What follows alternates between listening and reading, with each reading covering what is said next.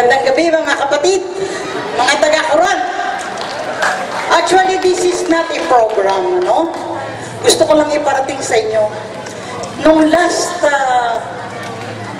March 15, araw ng kababaihan. Lahat ng kababaihan na nanggaling sa iba't ibang baryo, pinakiusapan ko na kaagad noon na sana isama ninyo sa araw-araw, sa bawat oras na panalangin nyo, isama nyo sa inyong panalangin si Mayor Marjo at si Governor Joel Reyes. Ipinakikiusap bilang isang representative ng kababaihan. And aside, isang bilang ina, no? Bilang asawa, nararamdaman ko ngayon, kung anong nararamdaman ngayon ni Maring Benz. Napakahirap. Napakahirap. Kaya yung paman, pinakikiusap ko na sa inyo, lalo na sa mga kababaihan, na mayroong malaking pwesto, no? Sa puso ng ating Panginoon. Ang mga senior citizen, ang mga byuda, ang mga nanay.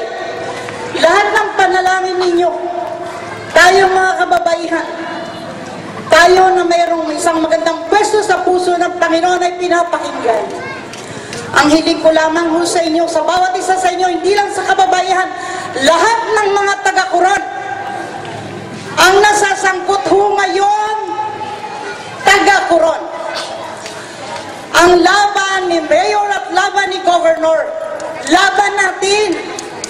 Kung ano't ano man ang mangyayari sa kanila, tayo ang tatamaan nun.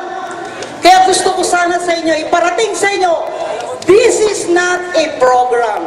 Pakiusap, no? Sa bawat isa sa inyo, pakilagay na lang ninyo sa isip at sa puso ninyo na nagkadumadanas na ngayon ang ating tatay, ang ama ng ating bayan, tumaranas na ho ngayon, no?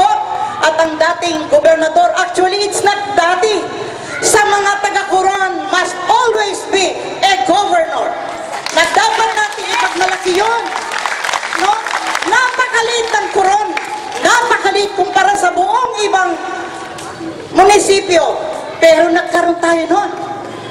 Kaya bawat isa sa atin, sa bawat isa sa atin, ipagmalaki ninyo na nagkaroon tayo ng isang Marjo, tubong Quran, at isang Joel na naging tatay ng buong Palawan, taga-Quran. Kaya ito, pinapakiusap ko sa pag-uwi ninyo, lalo sa aking mga kabarangay, pag-uwi nyo sa inyo, no? Sa bawat araw at bawat oras na nyo ipanalangin, pakiusap, isama nyo ho sila sa inyong mga panalangin. At wala na ho ibang makakatulong sa ngayon, no?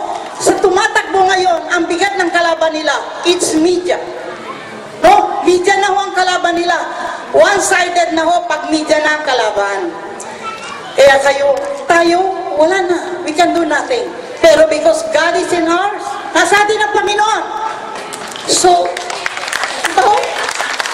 pag nasa atin ang Panginoon, wala tayong dapat ikatakot.